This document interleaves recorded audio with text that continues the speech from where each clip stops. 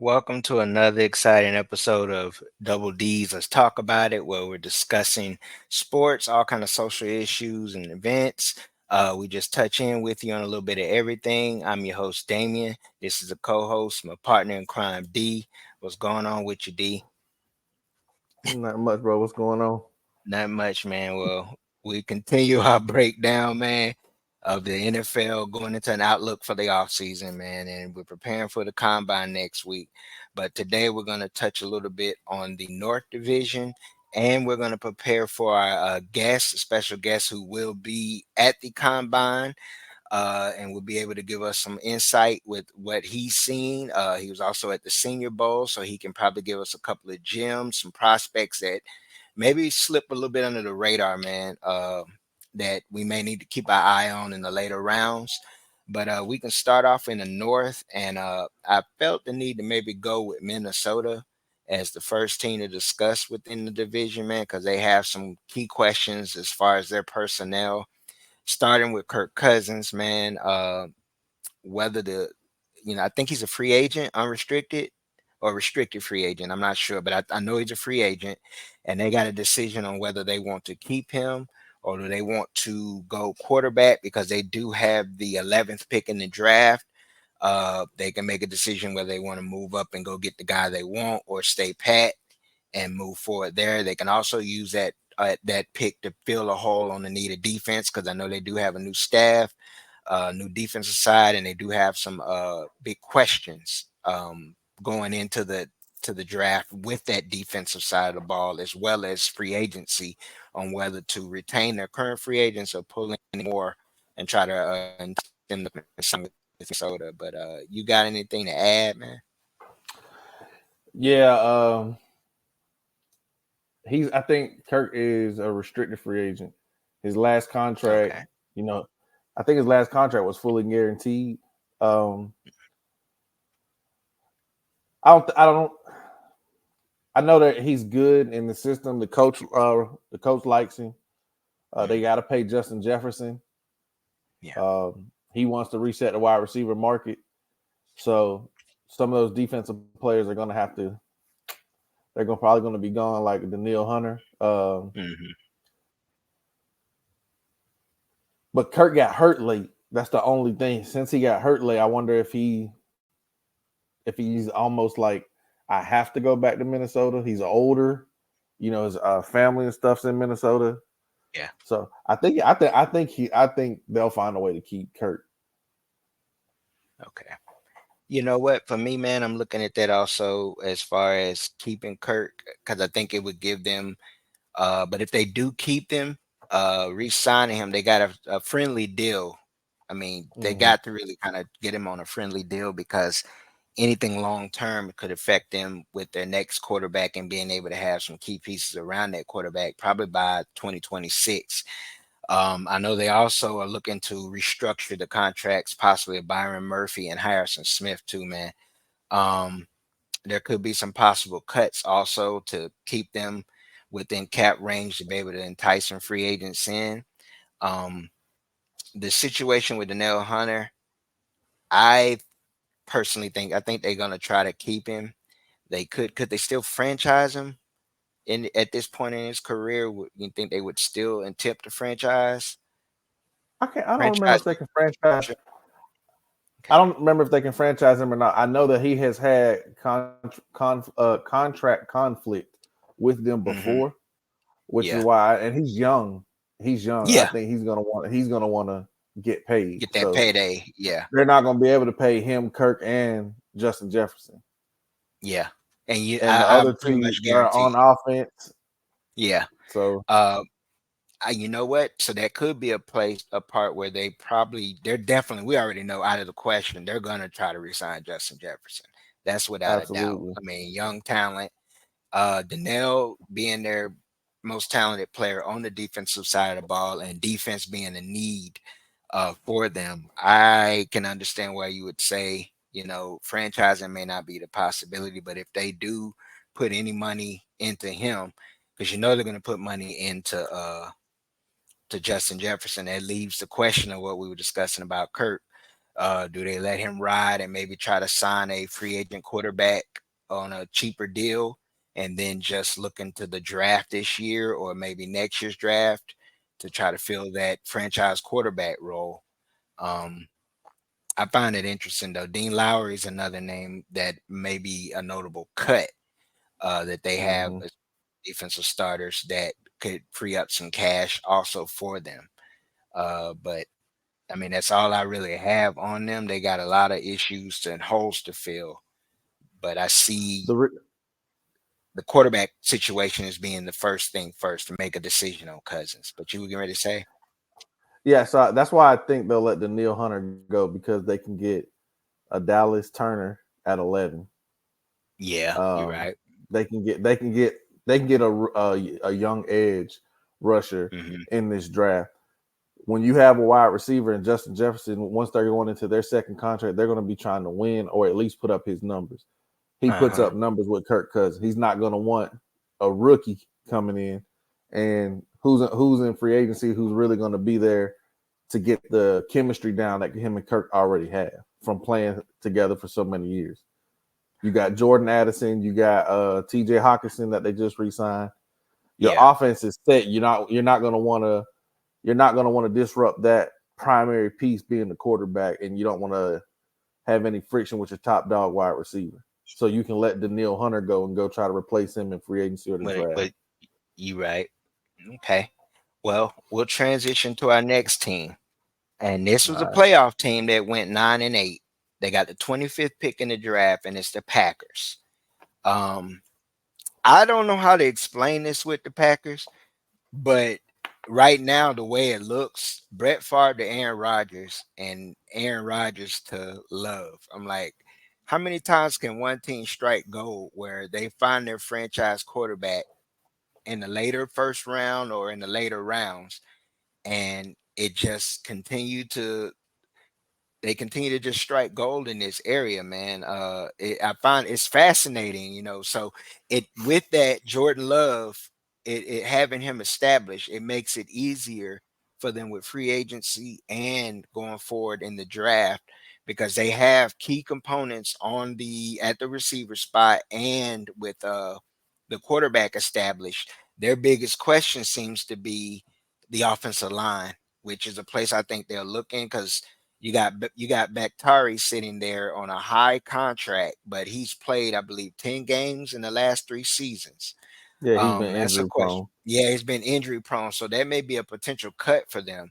I also found when reading that Aaron Jones, because of his injury issues and being at that running back position, they may want to go ahead and find someone else to fill that role along with AJ Dillon. There are two players, Preston Smith, and then they have also John Runyon, who is a key free agent on their offensive line. So I mean, it would make me think that they would possibly look offensive line when we start talking draft or even free agency. But as far as a team that went 9-8, they upset my Cowboys, which seems to be the tradition with these darn Green Bay quarterbacks. Man, I'm getting tired of it, man. I'm getting real tired of it.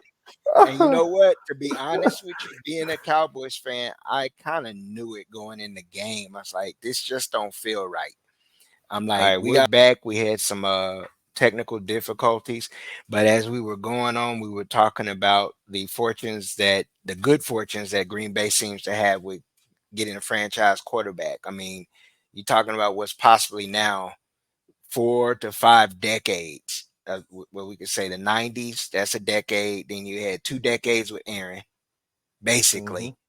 So that's three. So we're looking at Love's possibly another two, maybe three. So yeah, you're looking at maybe 6 decades of nothing but franchise quarterbacks between three players.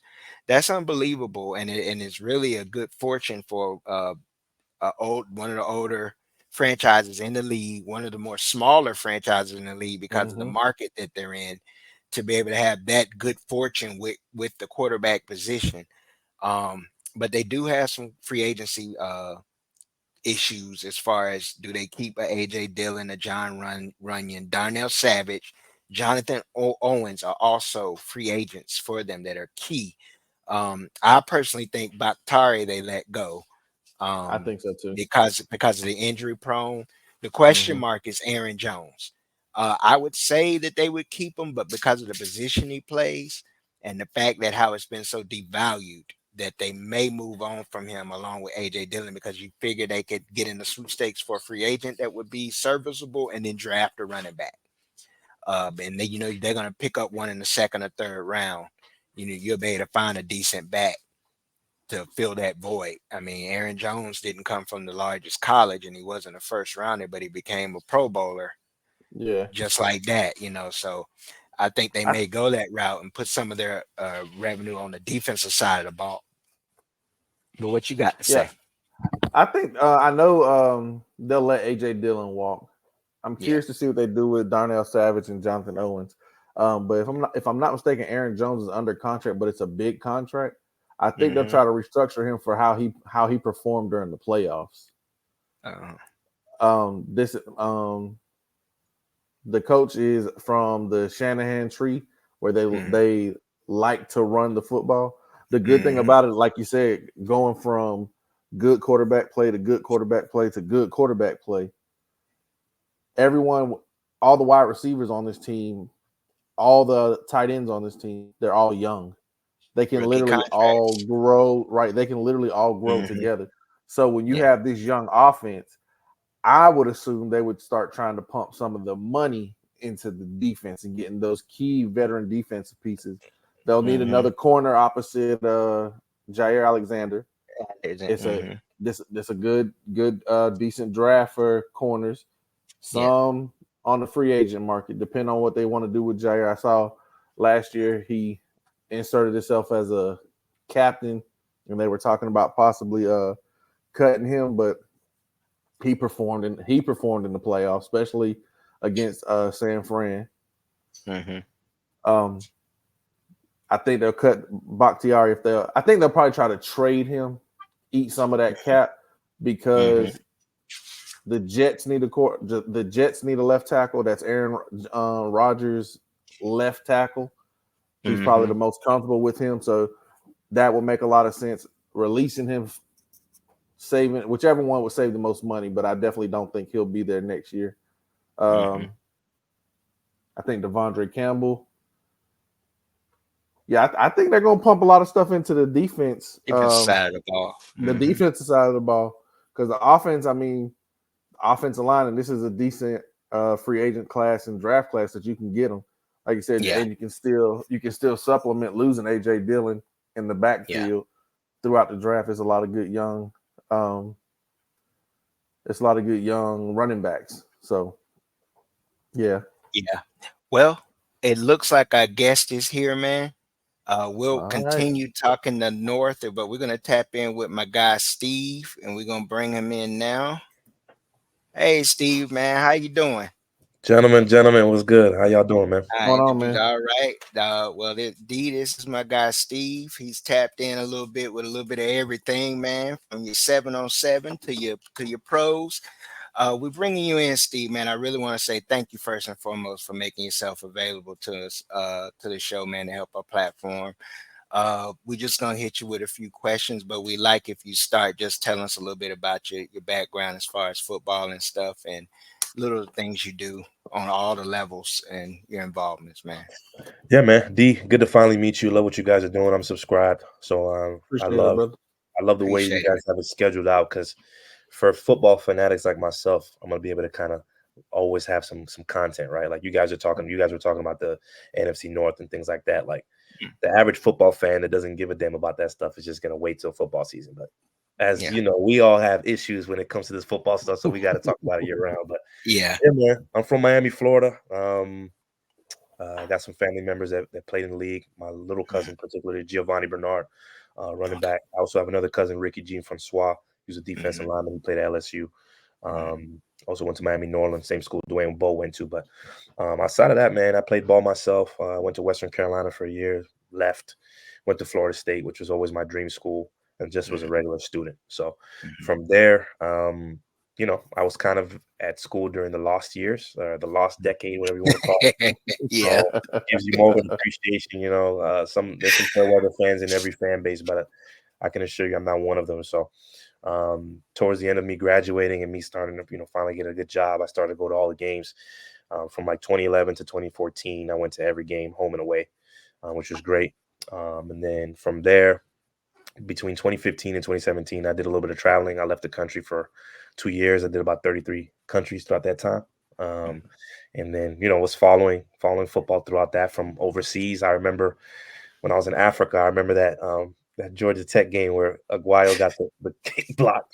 And it's funny, I was hanging Yes. out in the hostel. I'm in Marrakesh, Morocco. I'm hanging out in the hostel, and ESPN on the app said that we had won the game. It had like put the final score. So I was like, okay, cool. So I refreshed a couple minutes later, and then you see that infamous play, which we shouldn't even talk about anymore. But outside of that, man, once I came back to the States, I moved to Georgia. My wife and kids, and I have a stepson who plays ball. He's a corner. He's a freshman here locally in Gwinnett County.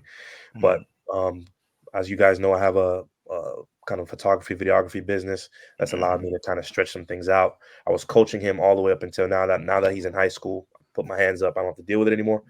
But I just basically started. It all started with him wanting footage of the trainers that we had. He had a couple different trainers, so he wanted to be able to slice up his training into like his little videos for his friends on Instagram. And essentially, he got too lazy in cutting up the footage, so I took it up and really took a liking towards it. So through my connections with coaching here in the Metro Atlanta area, and then obviously being able to kind of cultivate relationships with multiple 7-on-7s in high schools, just kind of grown to where I'm at now. And ran into Deshaun in the spaces, and just how it is. You start to meet people Yeah, day to day and grow your network. that's good, man. That's what's Well, up. we're gonna get into just some questions that we might want to ask you as far as when we get into this combine and some of the prospects, man. We just touch base with you on that. First thing I'm gonna ask, man, is some of the prospects because you was at the Senior Bowl. Yes, sir. I know a lot of the stuff you saw. We know we're gonna be Florida State centric on certain things, but what are some of the other prospects that stood out? First of all, there before we go to the combine, that you'd say keep an eye out for, maybe in the mid to later rounds, that may be hidden gems. Absolutely. So there's a couple guys that really kind of stood out to me. The first guy that I'd say really caught my eye was Javon Baker, wide receiver, UCF. Mhm, Um, just explosive, great hands, great route running. Just has that dog mentality. Not in terms of measurables, he's about 6'1". I think he goes almost 6'2", probably mhm, 210. I believe he was an Alabama transfer, which made complete sense. Some mhm, guys, you look at some of these schools and you're like, all right, they're a difference maker, they're a dog. But when I found out he was at Bama first and transferred over, it made even more sense. So he's somebody that you're probably looking at end of day 2, possibly early day 3. He mhm, trains with some good guys, top shelf performance. These TSP guys, they're based out of here in Atlanta. They mhm, have a variety of different guys in the league in college. They're also responsible for training Jaheim Bell, who's been down there in South Florida ever since pretty much after the Orange Bowl game. They've got Miko Hardman. They've got a lot of guys in the league that they work with. So in terms of the first guy that I'd say stood out to me would be him. I was actually impressed with some of the quarterback play, man. I know they didn't get a lot of hype. Spencer Rattler really impressed me, and obviously, in terms of him as a prospect, he's in the best light, as well as having him go to Oklahoma, being a possible Heisman candidate, and then losing his job and transferring to South Carolina. Spencer Rattler was the most consistent quarterback day to day.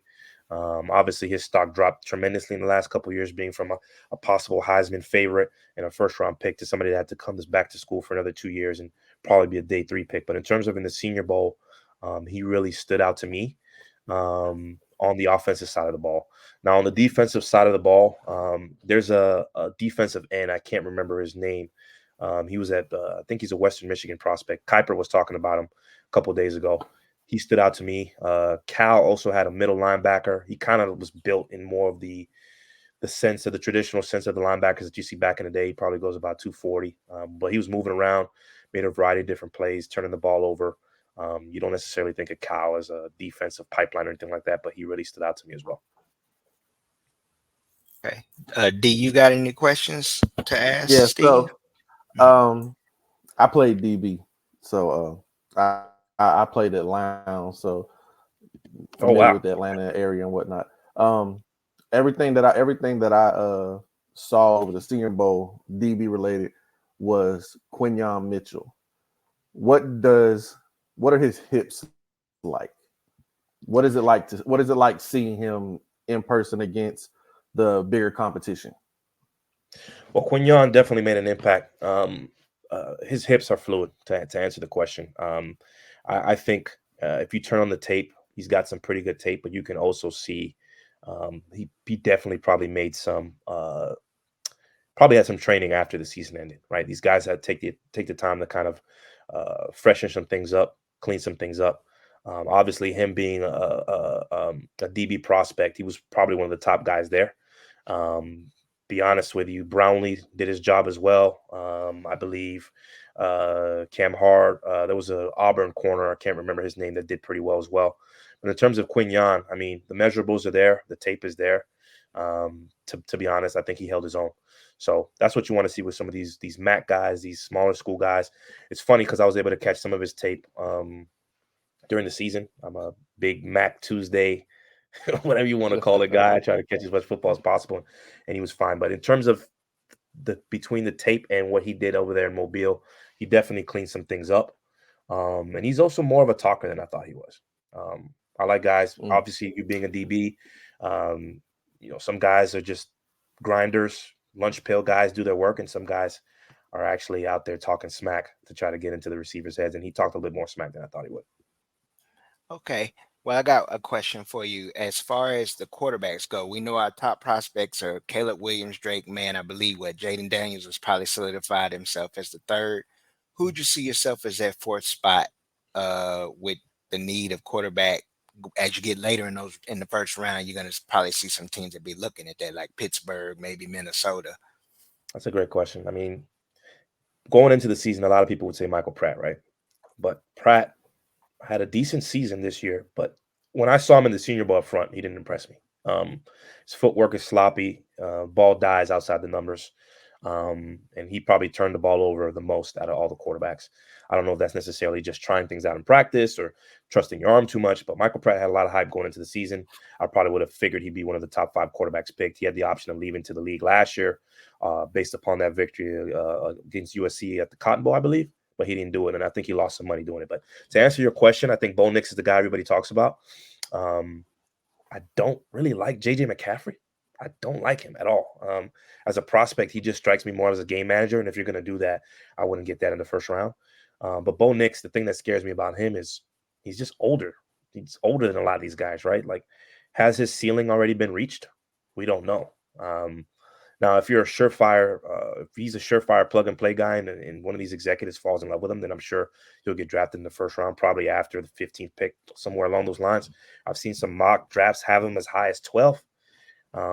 I like the kid's moxie, but I don't like the fact that he's that old. I mean, has he reached his ceiling? We don't know. It almost reminds me of, like, not to this degree. I know Hendon Hooker last year was one of those polarizing. Hendon Hooker's old as hell too, but I don't know if I really want a guy that age.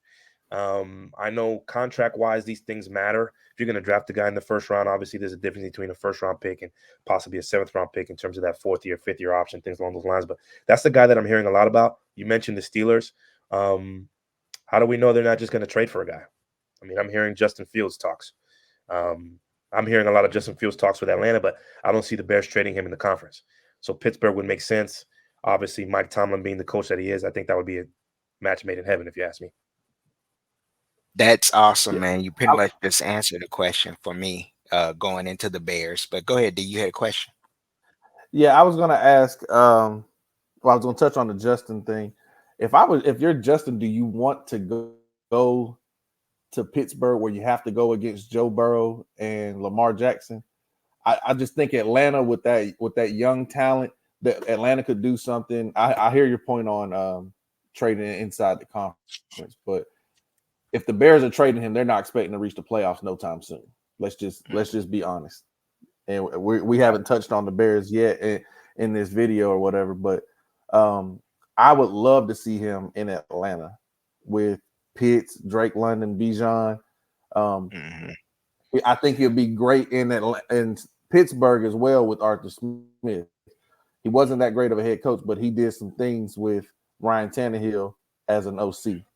So Mhm. I like both places, but thinking if I have to put myself in Justin's shoes, I'd want to go against. I'd much rather go against Baker Mayfield, the rebuilding Panthers, and the cap struck Saints, opposed to the Steelers, the Bengals, and the Browns.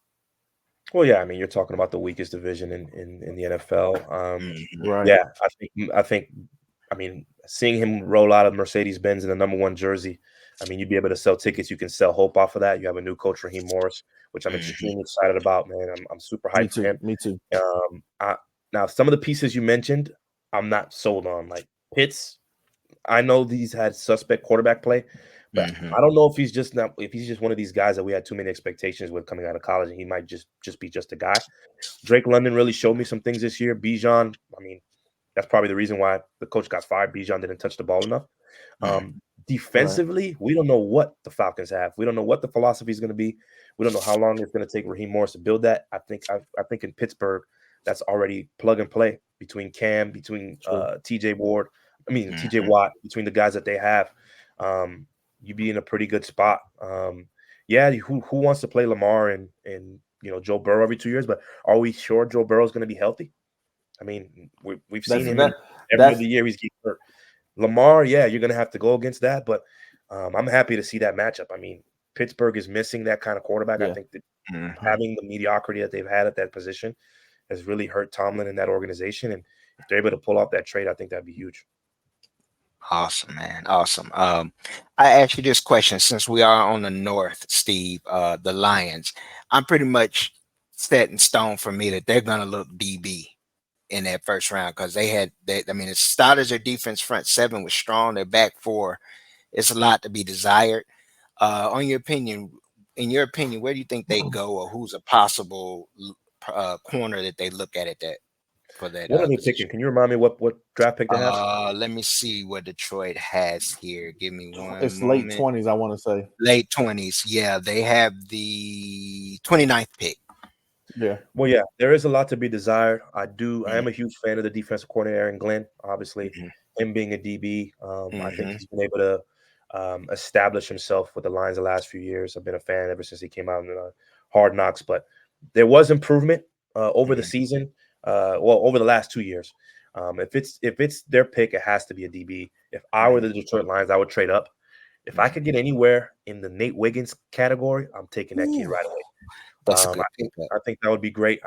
Now there's some interesting situations on that roster. If I'm not mistaken, is Gardner Johnson?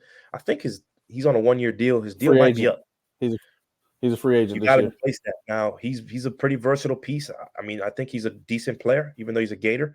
But if you can trade up, if you can find some way to trade up to get Nate Wiggins, that's plug and play, man. You're gonna have a guy that can go against some of those receivers that you have. I'm not gonna say he's here to shut down Justin Jefferson or anything like that. But outside of that, I would like him over any other matchup, any other receiver. I would like him matching up against DJ Moore.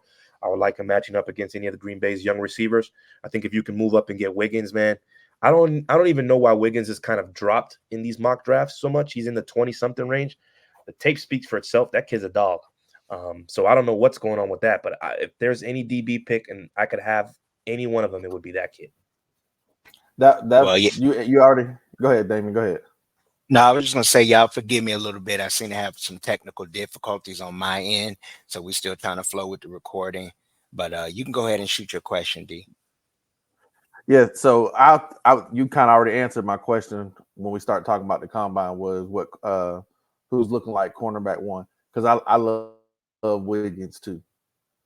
Everything that I see about him, I love him as a corner. When we were talking about the Lions, since this is an NFC North division Mhm. with the free agency, and that's kind of where we're at. You know, with all the offseason free agency is obviously before the draft. I think they could, if I'm not mistaken, the Lions have Stephon Gilmore's little brother. Yep. And that intrigues me about picking him because I feel like they'll keep Gardner Johnson. Him and Brian Branch were a great tandem. Brian Branch, in Great my rookie. opinion, would should have been if he wasn't. Yes, he had a phenomenal rookie year. Phenomenal rookie year for where they used him and how they used him, it looked exactly how he was being used at Alabama. Like I think they maximized what they were able to do with that draft pick. If you're able to get in another veteran corner like a Stephon Gilmore and beef up that defensive front someone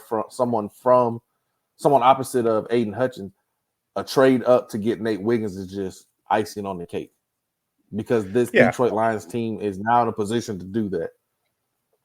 yeah, I think you're spot on. It's very interesting to see how these guys are going to get drafted. I mean, a lot of mock drafts have about three guys, maybe possibly two corners going in the first round. I think after the combine, after next week, if we're able to reconvene next week, I think there's going to be some other guys again in that conversation. They're going to run good times and do really well.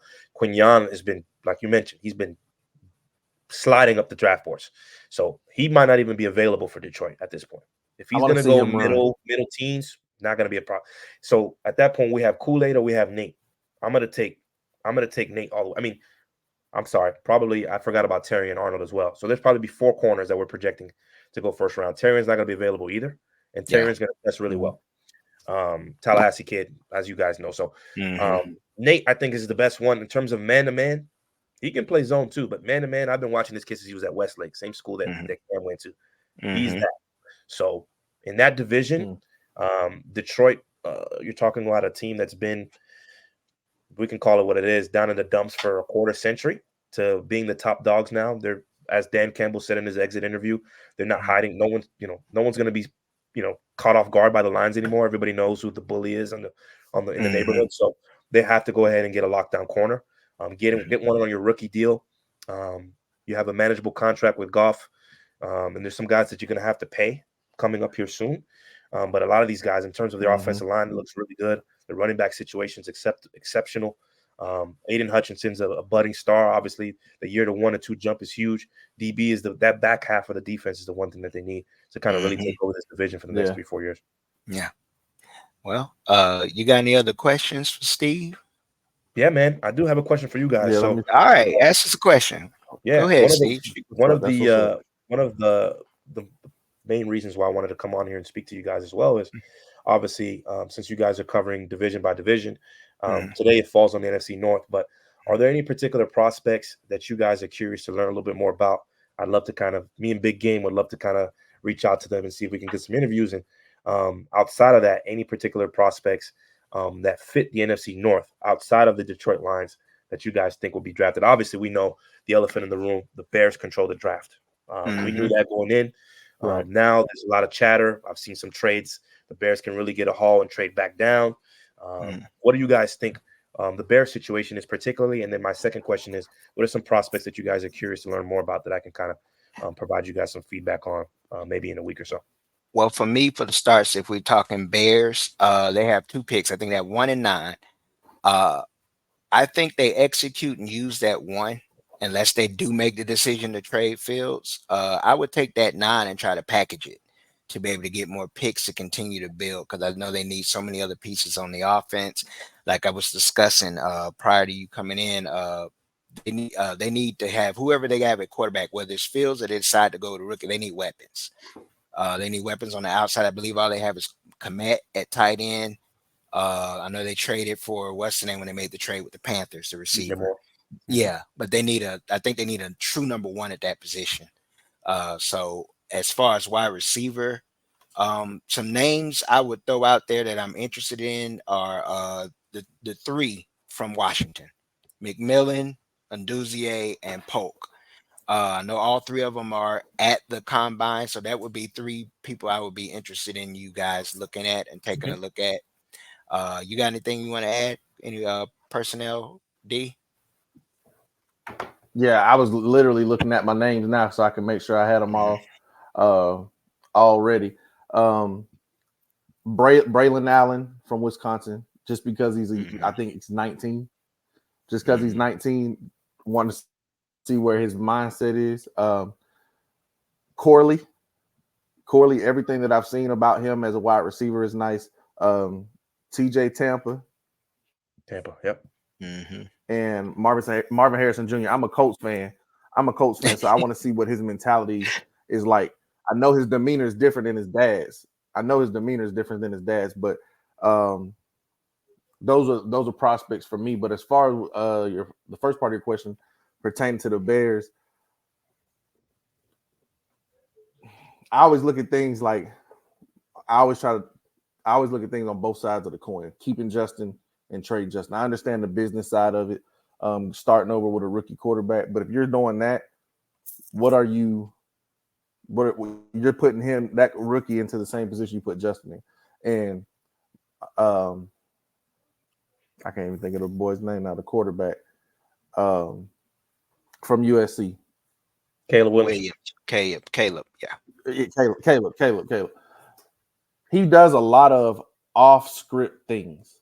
And what we've seen about some of the players who are off-script, they don't really succeed very well in the NFL. I don't want to compare him as a player to Johnny Manziel, but some of the play style reminds me of what Johnny Manziel was, running around and then making a play. That's not going to benefit him once you get to the league. I know he's compared to Patrick Mahomes. I want to hear and see what more of his mentality is like. Is he a me guy? That's kind of what's kind of been reported. And really, I want to see if he's going to compete. I want to see if he's going to throw. That's a great question. If I'm him, I'm definitely throwing. I'm the best guy out here. It's not even close. Well, it is close. Drake May can throw it as well. But outside of that, that's it. So here's the elephant in the room, right? The Bears have never had a 4,000-yard passer, right? The history of their franchise. The Bears, who was their last Pro Bowl quarterback? Was it Grossman? No, I believe it, or Cutler. Nope. Did Jay Cutler make it? Nope. Harbaugh. I think you got to go back that far, man, or something like that. Yeah, it's back that long. Yeah. Jeez. Obviously, they're in flux. You can look that up while I'm looking that up, D. Yeah. They're in flux. They're trying to. There's possibility they're going to build a new stadium in Arlington Heights. If that's the case and it's a dome, then this is a different conversation. But that's going to take a while anyway. Being a quarterback there is miserable.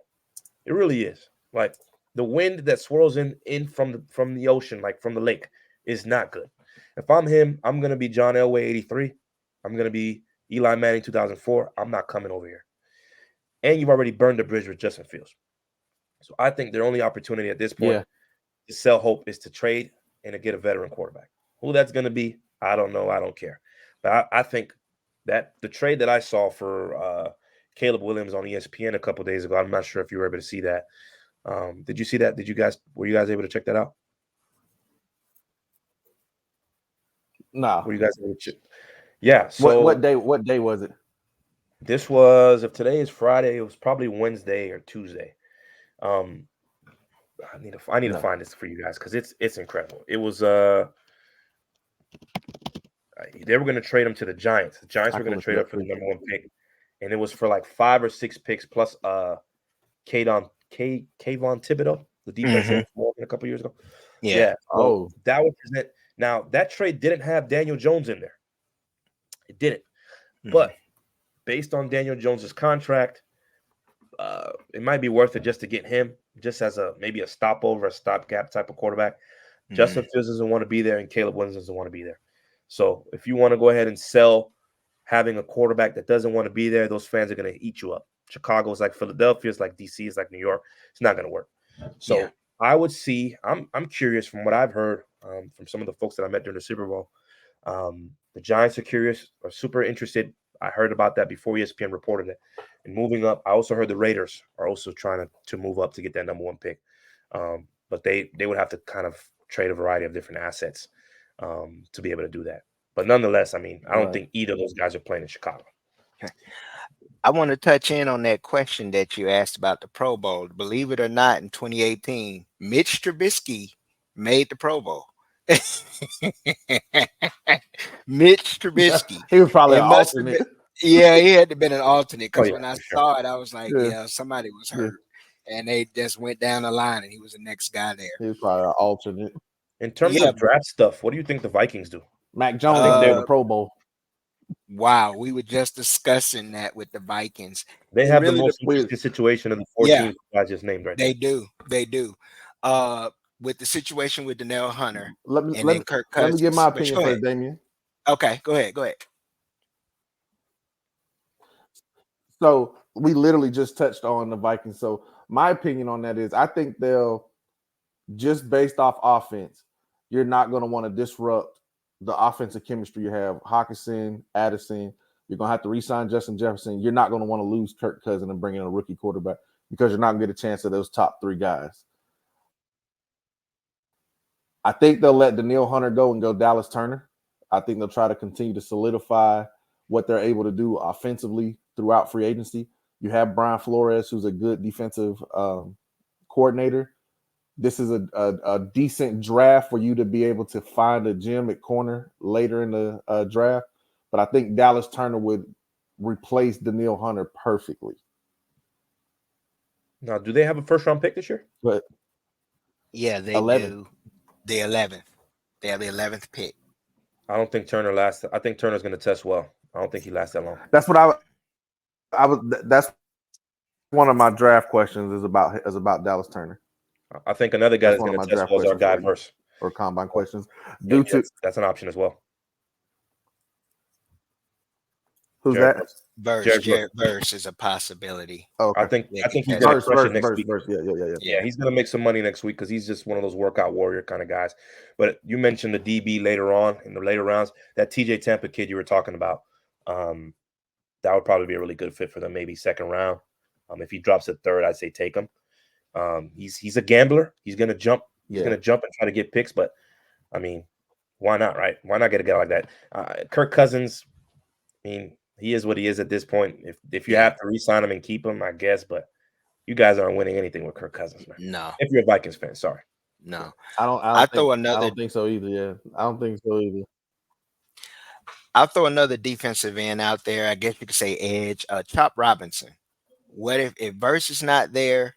You know what's the name? Latu, and then you got Turner. I think he's probably what your fourth right now projected best edge rusher or edge person or personnel. Would you see him as a good fit for Minnesota possibly if he's there at 11? Yeah, Chop's pretty good.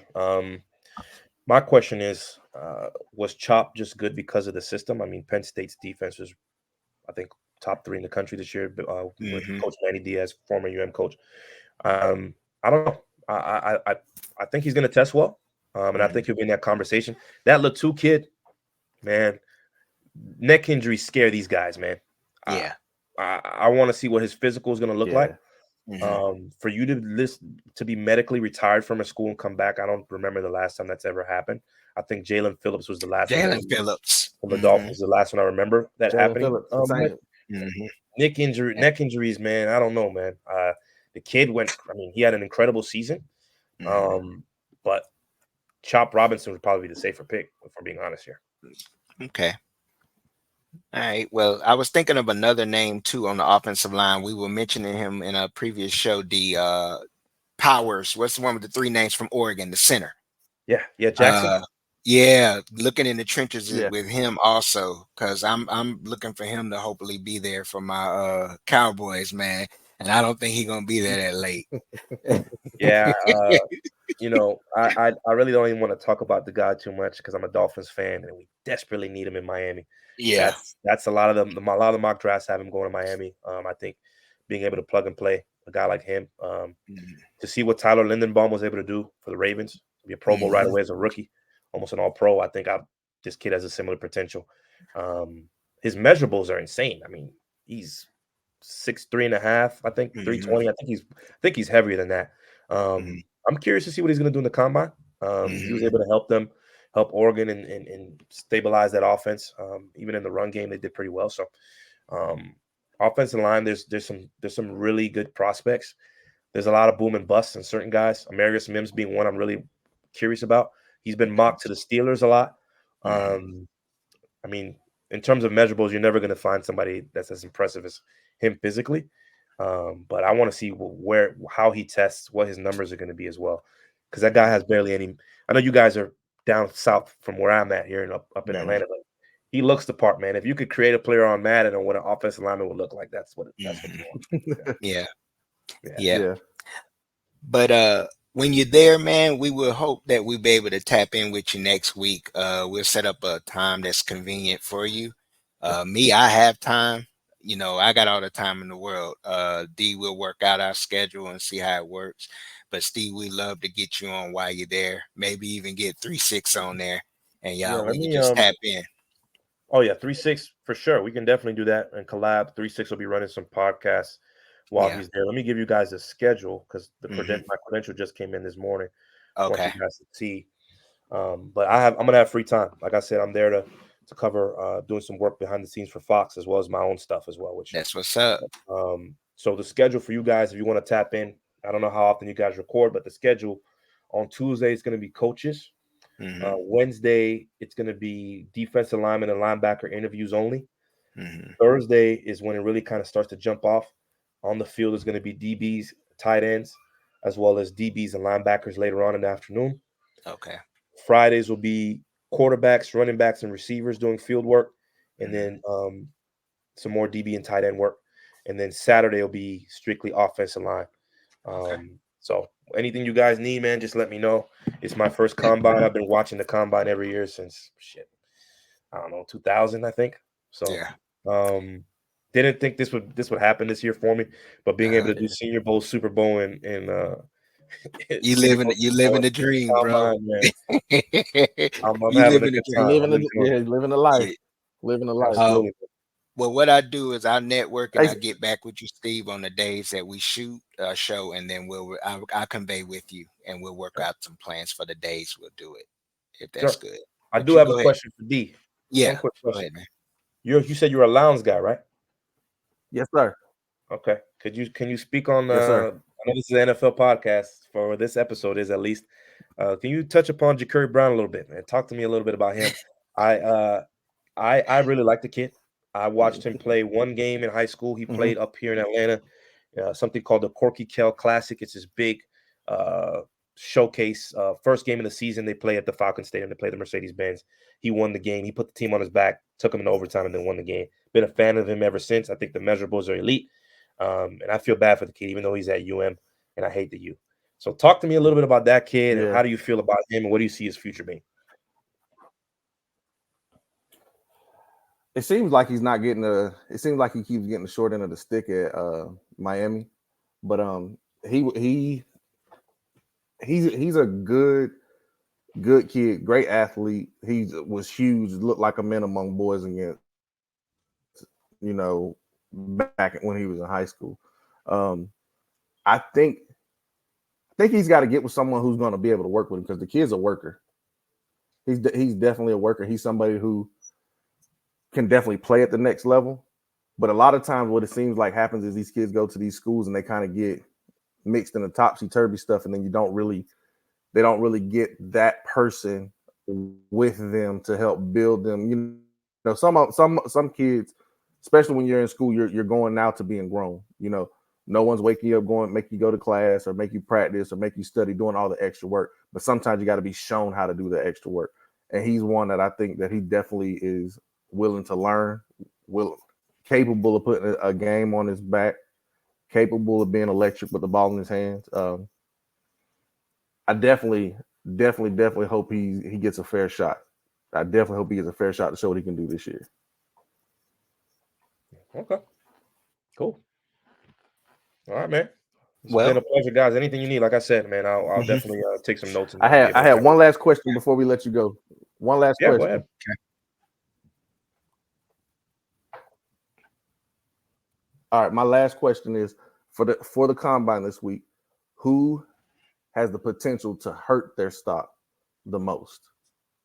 I Hmm. don't care what position, based off what you've seen at the Senior Bowl, any of those participants who were already there, who will be at the combine, anyone who we thought was going to be here, and just whether it was a bad season, bad off season, bad Senior Bowl, any That's a potential great bombs of question. the combine. That's a that's a really, really, really good question. Um, I mean, when you think about how guys hurt themselves, there's only a variety of different ways you can do it, right? Mhm, Physical, not coming back clean, mhm, failing some sort of drug test, mhm, um, obviously the behind the scenes of not showing up to interviews or not interviewing well, Mm-hmm. or just running bad time. Um, I don't know. I think for Right. someone who's been following the draft for a long time, I think when you look at the top 10 picks, I don't care what order you put them in. I feel like those guys are almost set. So I don't know how you would be able to really bomb that. Latu would probably be the guy that to answer your question. I mean, Mm-hmm. if something comes back in that physical, you're 6'5", 265. He's got a motor that I really, really like, but Mm-hmm. that could hurt him. Those that physical could hurt him. Mm-hmm. I hear, like I said, not to Yeah. slander this kid again. I hear a lot about JJ McCarthy. If JJ McCarthy goes out there and throws, and Drake May throws, and Caleb Williams throws, I don't know if he's gonna make himself any money doing that. So if I were him, I don't know. One guy that really needs to do well is Keon Coleman. Yeah. Keon Coleman has to run a good time. Yeah. Yeah. Uh, I don't have any insight on what he's been doing behind the scenes. I know he's been training in Dallas, if I'm not mistaken. He's out Mm-hmm. there with Verse as well. He needs to run a good time. Um, he needs to be able to explain why his production kind of tailored off towards the end of the season. He did have some injuries, and there are some Mm-hmm. character concerns that have come up as well. So he needs to do Mm-hmm. real well in those interviews, and he needs to run at least a 4.5 or under. If Yeah. not, he can see himself pushed out of that first round because he's been dropping the last couple of months. Hmm. So Latu or Okay. Coleman is who I'd answer that question. Gotcha. Well, that's awesome. Well, Steve, is Appreciate there it, bro. anything you want to we appreciate you joining us, man. Is there anything you would like to put out there, plug any extracurriculars, charities, anything, man, before we close out the show? Absolutely. So, I would definitely want you guys to check out anything that the Den Media Group is doing with Big James. Mm-hmm. He's going to have some cool stuff going on throughout the week, just like we did during the Super Bowl. Outside of that, there's a couple different trainers. I'd love to shout out the TSP guys, the Top Shelf Performance guys are really good. Mm-hmm.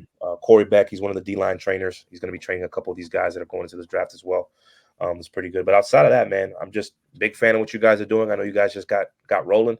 It takes a lot of effort and a lot of energy, and just getting out of your own head to finally, get started on something like this. This is something that I've wanted to do for a while in terms of my own podcast, and Mm-hmm. you guys, considering the amount of information and research you guys do, I'm sure it's going to be great. There's a lot of podcasts that aren't worth anybody's time, so I'm really happy about what you guys are doing, and keep it coming, man. I've been watching the last couple episodes. I really enjoyed the AFC South one. Mm-hmm. That's that's a division that's in flux, and I feel like you guys Mm-hmm. caught the essence of that. There's Mm-hmm. there's a couple ways this can go. You being a Colts fan is one thing, but like Mm-hmm. if this goes the right way, if the Texans have another really good draft, you might be looking at a team that runs that for the next 5 to 10 years, which I'm sure you don't want to hear. Tennessee, they're going down in the dirt. We don't know what the hell is going on with Yeah. Tennessee. Oh, Yeah. I said it. I said it. Purgatory. So, yeah, it's exactly how you guys hit it is the way Yeah. that I look at it. So Yeah. love what you guys are doing, man, and keep it coming Yeah. for sure. Well, we thank you for joining us, Steve, and we really appreciate it. I'm forever grateful, my brother. We will welcome you back. We'll be Appreciate connecting it, bro. with you next week sometime, and we really just appreciate you for joining the show. Thank you Absolutely, very man. Looking much. forward to talking to you guys next week. Have a great weekend, man. You too, man. Thank you. All right. All right. You too, man. Appreciate it. Well, we appreciate everyone for joining the show. Once again, forgive me for the technical issues. I had some difficulties on my end that I will be able to work out. That's why you probably saw the screen kept disappearing and popping back up. But we thank you for joining our show. We thank our guest today. D, I will be connecting with you, man. We thank everyone and peace out.